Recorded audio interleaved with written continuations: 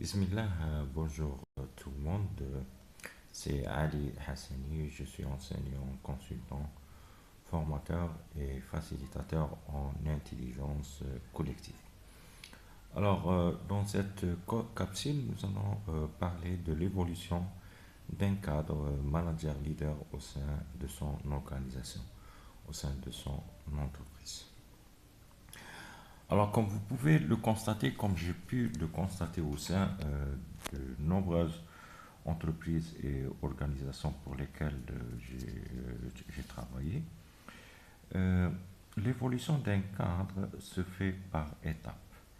Alors, dans un premier temps, il est recruté en tant que manager euh, simple, comme un futur manager peut-être, un simple travailleur, on va dire, mais il est préparé pour des responsabilités au sein de son organisation. Donc, il est recruté en tant que M0, si vous voulez. Et puis, il va gravir les échelons, les marches au sein de son entreprise pour devenir un, un manager de proximité, un manager opérationnel, on va dire un M1. Qu'est-ce que ça veut dire un manager de proximité? Peut-être qu'il a sous sa coupe trois personnes, une demi-dizaine de personnes, peut-être une dizaine, c'est selon euh, le statut, selon l'organisation elle-même. Et puis, il va devenir, comme certains le disent, un manager de base, un chef de département, un chef de service peut-être pour certaines organisations, un M2. Avant de devenir et de gravir toujours les échelons, les marches au sein de son entreprise et de devenir un 3, un sous-directeur, peut-être un cadre au sein de son entreprise, peut-être un chef de département au sein de certaines organisations un peu plus grandes, on va dire. Avant de devenir un M4, un M4, c'est un cadre dirigeant, un cadre supérieur au sein de son organisation. De quoi il a besoin comme compétence? Alors, tout simplement, dans un début, entre le M0 et le M1, comme il est chef de service, peut-être un chef d'équipe, hein, un chef d'une petite équipe, il a besoin de compétences techniques et de compétences scientifiques dans le cadre de son travail. Il y a aussi des managers de type M1, de genre M1, qui ont besoin des compétences dans leur domaine, en matière de fiscalité par exemple, les ventes, ressources humaines, un ingénieur et scientifique aussi, des connaissances, par exemple, de certains logiciels, de certaines applications. Et puis, quand il va devenir un M2, c'est-à-dire il va être un peu plus grand au sein de son entreprise, il aura besoin de compétences relationnelles et sociales, c'est-à-dire de type comportemental, relation avec les gens, communication, travail en groupe, le sens de relationnel avec les personnes, c'est toujours en interne, c'est pour gérer son équipe. Alors, le schéma, nous avons présenté l'évolution des cadres en fonction du pourcentage des compétences, si vous voulez, requises pour leur travail.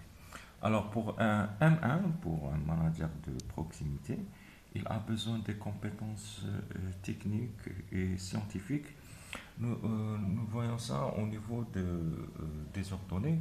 C'est à peu près au niveau 80%, 75%, un peu plus hein, de compétences techniques. Et pour euh, compléter cela, il va compléter avec des compétences relationnelles. Alors, ce que nous pouvons dire, c'est que les managers de type M2, ils auront besoin d'une grande partie en management dans des compétences techniques et des compétences relationnelles et sociales pour combiner. Ils ont besoin aussi de notre groupe, si vous voulez, de compétences. On les appellera les compétences, euh, les compétences politiques et compétences stratégiques.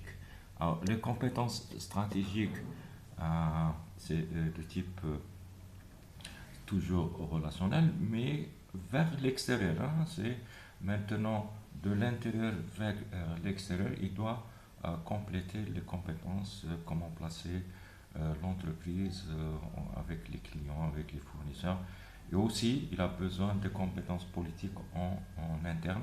Comment développer, si vous voulez, son réseau de relations à l'intérieur et à l'extérieur de l'entreprise. Et ça, c'est pour tous les managers de type M3, les chefs de département, les sous-directeurs, peut-être les cadres des entreprises. Comme je l'ai dit, ça dépend de l'entreprise et de ce qu'elle fait aussi.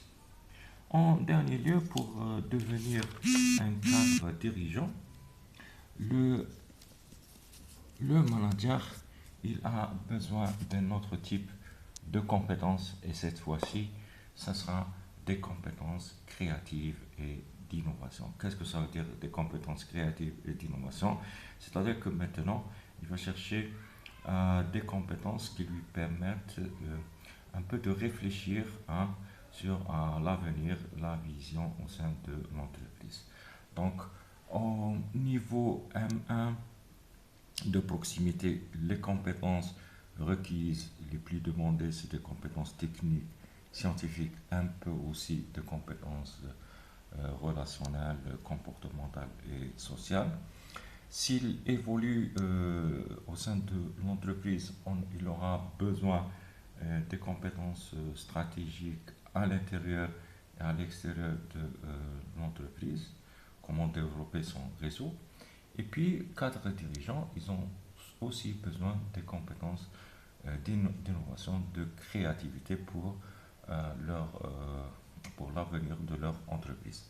Pour le cadre supérieur, cadre dirigeant, on entend que à peu près toutes les compétences, euh, le nombre, on va dire le pourcentage de ces compétences est à peu près le même, hein, 25%, donc un quart de compétences techniques, un autre quart de compétences relationnelles sociales, un troisième quart compétences politiques et stratégiques et un quatrième pour compléter le tout, c'est des compétences créatives. Bien sûr, comme vous pouvez le constater, j'ai toujours mis les MI avec les LI, M0, L0, jusqu'à M3 et L3. Qu'est-ce que ça veut dire? M, c'est pour les managers, nous venons d'en parler, et les leaders aussi. Alors, pour les managers leaders, ils ont besoin aussi ce qu'on appelle de développer leur leadership au sein de l'entreprise. Chaque position au sein de l'entreprise en tant que manager demande aussi des compétences en matière de leadership. Et donc, il y a une évolution aussi au sein pour le leadership. Alors, on dira que le leader de type 1, le manager, ils ont besoin des compétences techniques et scientifiques. Donc, le leadership, il sera, si vous voulez, un leadership de type individuel. Qu'est-ce que ça veut dire? Ça veut dire qu'il va développer sa propre expertise. Petit à petit, quand il augmente, quand il va gravir dans les échelons au sein de l'entreprise, les L2, les leaders de type 2, ils auront besoin de compétences relationnelles eux aussi, et le leadership devient un leadership collectif. Pour devenir, pour les L3, un leadership politique et stratégique est terminé en leadership créatif. Nous aurons, Inch'Allah, une occasion pour en parler, pour développer ce type de leadership. À très bientôt. Merci.